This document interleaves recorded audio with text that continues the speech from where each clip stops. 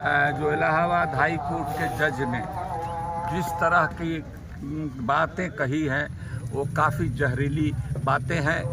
इस देश के ऐसे को राष्ट्रपति को चाहिए, ऐसे जज को बर्खास्त कर देना चाहिए, लेकिन हम लोग जानते हैं कि वो करेंगे नहीं। अमित शाह जी ने जिस तरह की बात की है अम्बेडकर साहब के बारे में, अमित शाह को बर्खास्त किया जाना चाहिए।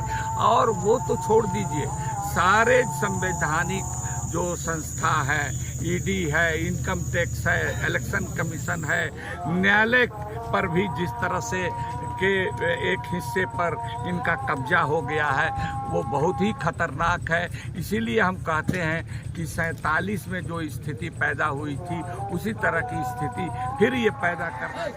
आप आए और अपने बहुत जोरदार तालियां एक बार अली अनवर साहब ग्राउंड में पधार चुके हैं और उनके साथ और भी मेहमान इकराम। दोस्तों नमस्कार, मैं जफरुद्दीन, आप देख रहे हैं इनकलाब टीवी। आपकी जानकारी के लिए बता दें कि हथीन विधानसभा क्षेत्र के गांव आली मेव में आज 19 दिसंबर को 22वां मेवात दिवस बड़ी धूमधाम से मनाया गया। इस कार्यक्रम में बिहार राज्य से पूर्व राज्यसभा सांसद अली अनवर अंसारी ने शिरकत की और उसका आयोजन मेवात इलाके के जाने माने संगठन मेवात विकास सभा ने आयोजित कराया। इस मौके पर मेवात विकास सभा की ओर से लोगों के बेहतर कार्यों को देखते हुए मेवात गौरव जैसे अवार्डों से सम्मानित किए गए। मुख्य अतिथि अली अनवर अंसारी का फूलमाला व पगड़ी बांधकर जोरदार स्वागत किया गया।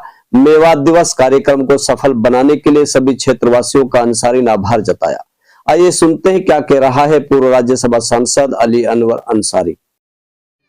आज का जो प्रोग्राम है मेवात दिवस का जो मनाया गया वो इसलिए बनाया गया कि जब देश का बंटवारा हुआ तो हिंदुस्तान में जो मुसलमान रहे थे किसी के रहमो करम पर नहीं रहते बल्कि अपनी चॉइस के मुताबिक रहते।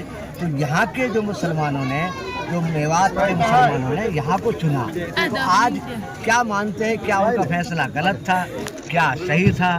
क्योंकि अगर सही था तो वो चीज़ें जो मिलनी थी वो क्यों नहीं मिल पाई, जैसे गांधी जी ने वादा किया था। क्या कहेंगे? देखिए, बिल्कुल सही कह रहे हैं।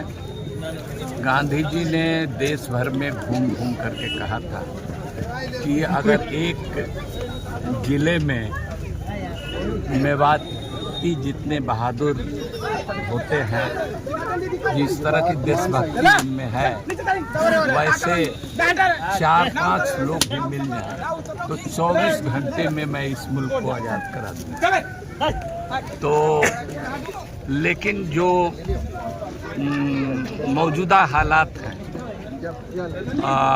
वो सिद्दीक साहब ने 47 के समय जो हालात थे और गांधी जी जिस तरफ घासेड़ा आए और पटेल साहब से और पंडित जवाहरलाल नेहरू से जिस तरह से यहाँ के लोग जाके मिले और उन सब लोगों के आश्वासन पर यहाँ लोग रुके, और तो ये बहुत ही दूरंदेशी और बहुत ही हिकमत अमली का काम था। जो लोग पाकिस्तान गए वो लोग पछता रहे हैं, हम लोग फिर भी उनसे बहुत अच्छी हालत में हैं। एक दौर आया है जरूर कि कुछ लोग जो अभी हुकूमत पर, दिल्ली की हुकूमत पर और कई सूबों में काबिज हैं हुकूमत पर, उनकी कुर्सियों पर, उनके द्वारा कोशिश की जा रही है 47 जैसे हालात पैदा करने की, लेकिन हम समझते हैं कि वो कामयाब नहीं होंगे। और जिस तरह से, जिस हिकमत अमली और दूरंदेशी के साथ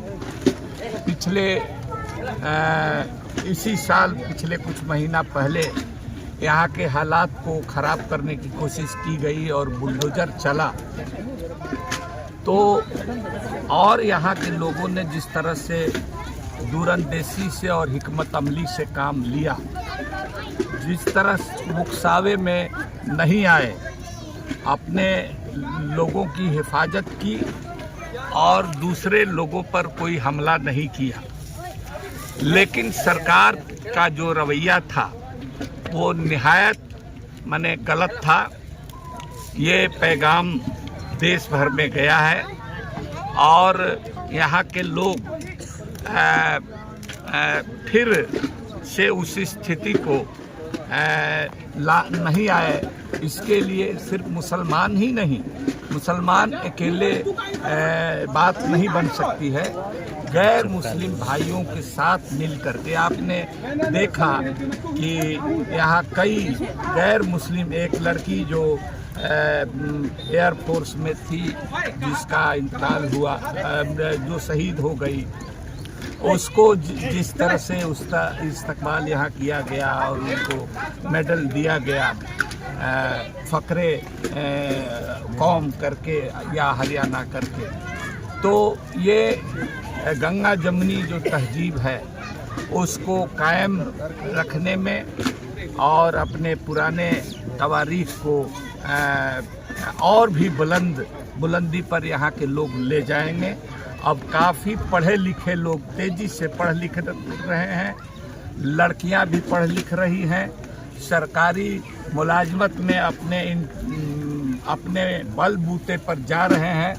तो और पिछले चुनाव में भी जो असेंबली का चुनाव हुआ है, जो इस इलाके के मेवातियों की जहां अच्छी खासी आबादी रही है, उन्होंने जिस दूरंदेशी का काम किया है, हम समझते हैं कि वो दूरंदेशी हमेशा वो और हिकमत अमली पर अमल करते रहें। अंसारी साहब, जिस तरीके से जो देश का कानून बना 1950 से लागू है, आज इस पर बहस हो रही है, आखिर क्या ज़रूरत पड़ेगी? जो संविधान, जो बेहतरीन संविधान बनाता है, सबको साथ लेके, सबको मान सम्मान देके, आज उस पर बहस हो रही है, क्या कहेंगे? देखिए, संविधान को एक पूजनीय स्थिति, पूजा का, लोगों की सामग्री और एक किताब, धार्मिक किताब बना करके रख दी। इसके अलावा आरती दिखाएं, पूजा और माथा से चूमे, इससे नहीं होगा।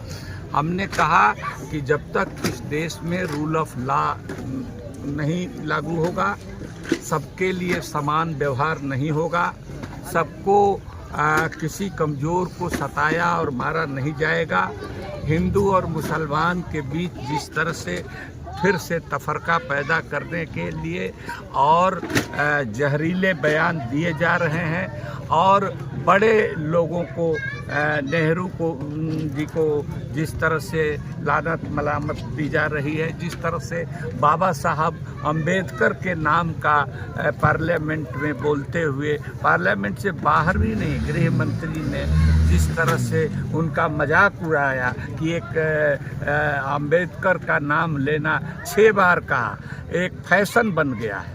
तो इसकी हम घोर निंदा करते हैं। बाबा साहब हम लोगों के भी रहनुमा हैं, जैसे हसन खां मेवाती हमारे रहनुमा हैं, वैसे ही तमाम लोग जो मुल्क की शहादत के लिए, इसकी एकजहती के लिए, इसकी सलामती के लिए, इसकी तरक्की के लिए जो लोग काम कर रहे हैं, उन्हीं लोगों में से हम लोग भी हैं। तो हम लोग इस लड़ाई को जारी रखेंगे और ख़तरा अभी टला नहीं है। जैसे कोई खतरनाक जानवर घायल हो जाने पर के बाद और भी खतरनाक हो जाता है, वही उस तरह की कुछ स्थिति हुई है। जो मौजूदा हुकूमत है केंद्र की, उसका जो 440 पार का नारा है वो नहीं पूरा हो सका, तो इसलिए वो छटपटाहट में, बेचैनी में वो चाहते हैं और सिर्फ एकमात्र यही नारा, यही चाहते हैं कि हिंदू मुसलमान का फिर से दंगा फसाद हो और उसके लिए ये कोशिश कर रहे हैं। तो गंगा में पानी बहुत बह गया है, फिर से वो कामयाब नहीं होंगे। जो सियासी पार्टियां कल तक डरती थी मुसलमानों का नाम लेने में, वो आज वो समझ गई हैं, चाहे संभल का मामला हो, चाहे और जहां दलितों के साथ एट्रोसिटीज हुई है उनका मामला हो, चाहे किसानों का मामला हो, चाहे मजदूरों का मामला हो, सबके साथ जिस तरह से लड़ने के लिए लोग तैयार हो रहे हैं, खास करके राहुल गांधी जिस तरह से वैचारिक संघर्ष के लिए तैयार हुए हैं, जिसकी जितनी आबादी उसकी उतनी हिस्सेदारी, और जिस तरह से आरएसएस को इन्होंने समझा है, तो अपने दादा पंडित जवाहरलाल नेहरू के बाद इस दूसरा शख्स जिनका नाम राहुल गांधी है, उन्होंने खतरे को ठीक से समझा है और जाति जनगणना कराने की बात की है उन्होंने। और जो आरएसएस की जो खुराफात रवैया है और जहरीला रवैया है, उससे दो हाथ करने के लिए तैयार है, तो ये अच्छी अलामत है। तो ये वक्फ बोर्ड में जो तब्दीली लाना चाह रहे हैं, जबकि यह तो बहुत पुराना है, और जबकि वक्फ वो ज़मीनें जो मुस्लिमों ने, किसी और ने नहीं, मुस्लिमों ने समाज के दबे कुचले पिछड़े विधवा उनकी सेवा के लिए जो दान की थी, आज उसमें भी जो है बदलाव कर रहे हैं, उसको भी जो है। देखिए, वक्फ बोर्ड की जमीन पर जिस तरह से 3 किसान विरोधी बिल लाए गए और 700 किसान शहीद हुए, अंत में वापस लेना पड़ा, उसी तरह से किसानों का जमीन हड़पना उनका मकसद था। उसी तरह से मुसलमानों की वक्फ की ज़मीन हड़पना इनका मकसद है। उसको हम लोग जिस तरह से किसान लोग शहादत दे करके उसको ये किए, वो हम लोग भी पुरअमन तरीके से इसकी लड़ाई लड़ करके और इस बिल को हम लोग अमल में नहीं आने देंगे। आज जो है, क्योंकि 1991 का एक्ट बना हुआ है कि जो 1947 से पहले की तो मंदिरों, मस्जिद और गुरुद्वारा जिस हालत में उसी में रहने चाहिए, उसके बावजूद भी आज जो है मस्जिदों के और मदरसों में, आज खानखाहों में भी जो है मंदिर तलाशे जा रहे हैं, और अदालतें भी जो है कहना में इनमें आदेश दे रही है। क्या कहेंगे इसमें? देखिए, अदालत का, हाई कोर्ट के जज ने जिस तरह की बातें कही हैं, वो काफ़ी जहरीली बातें हैं। इस देश के ऐसे को राष्ट्रपति को चाहिए, ऐसे जज को बर्खास्त कर देना चाहिए, लेकिन हम लोग जानते हैं कि वो करेंगे नहीं। अमित शाह जी ने जिस तरह की बात की है अम्बेडकर साहब के बारे में, अमित शाह को बर्खास्त किया जाना चाहिए। और वो तो छोड़ दीजिए, सारे संवैधानिक जो संस्था है, ईडी है, इनकम टैक्स है, इलेक्शन कमीशन है, न्यायालय पर भी जिस तरह से के एक हिस्से पर इनका कब्जा हो गया है, वो बहुत ही खतरनाक है। इसीलिए हम कहते हैं कि 47 में जो स्थिति पैदा हुई थी, उसी तरह की स्थिति फिर ये पैदा करना चाहते हैं। तो सभी हिंदुस्तान के शहरियों को, चाहे किसी कौम और किसी मजहब और चाहे गांधीवादी हो, चाहे वो अम्बेडकरवादी हो, चाहे वो मार्क्सवादी हो, अगर कोई वादी नहीं है, मानवतावादी हैं, इंसानियत और इंसाफ की बात करते हैं, सबको एकजुट होकर के इस खतरे का मुकाबला करना चाहिए। खतरा अभी टला नहीं है। आखिरी सवाल, 1 नेशन 1 इलेक्शन की बात जो चर्चा हुई है, उसकी बात हुई है, क्या जरूरत पड़ गई थी? अरे भाई, ये झारखंड के चुनाव और महाराष्ट्र के चुनाव के साथ ये हरियाणा का चुनाव नहीं करा सके, तो अब पूरे देश में कैसे? तो लिफाफा देख करके मजमून का पता चल जाता है। तो ये बोगस आइडिया है, ये कभी पूरा होने वाला नहीं है और ये कभी अमल में नहीं आने वाला है। दरअसल ये चाहते हैं पूरे देश पर प्रेसिडेंशियल टाइप ऑफ गवर्नमेंट चाहते हैं, 2 ही पार्टी रहे ये चाहते हैं यहाँ। लेकिन यहाँ का संविधान मल्टी पार्टी डेमोक्रेसी है, ये मल्टी पार्टी डेमोक्रेसी कमज़ोर रहेगी। क्षेत्रीय ताकतों को ये ख़त्म करना चाहते हैं, वो ख़त्म नहीं कर पाए। सर, मेवात विकास सभा के लिए आप क्या कहेंगे आखिर में, क्योंकि मेवात दिवस यहाँ मनाया गया है आज इन लोगों? देखिए, ये एक मौका था अपने लोगों को बेदार करने का, और अपने लोग यहाँ के लोग कंस्ट्रक्टिव काम में लगे हैं, बच्चों को पढ़ा रहे हैं, लड़कियों को पढ़ा रहे हैं। यहाँ के लोग अच्छी अच्छी नौकरियों में अपने टैलेंट के बल पर जा रहे हैं। और हमने कहा कि जिस तरह से इन्होंने मेवात एक और चीज़ के लिए मशहूर है, तबलीगी जमात के लिए। उस तबलीगी जमात आप याद कीजिए कोरोना के समय में किस तरह से तबलीगी जमात के लोगों को परेशान किया गया। विदेश से भी जो लोग आए थे उनको नाहक महीनों जेल में बंद कर दिया गया। तो वो सारा चीज़ यहाँ के लोग समझते हैं और पुरअमन तरीके से कानून के दायरे में रहकर शांतिपूर्ण ढंग से वो उन लोगों को बाद में सब कोर्ट ने कहा कि नाहक इन लोगों को परेशान किया गया और उसके नाम पर कोरोना मुसलमानों से फैल रहा है।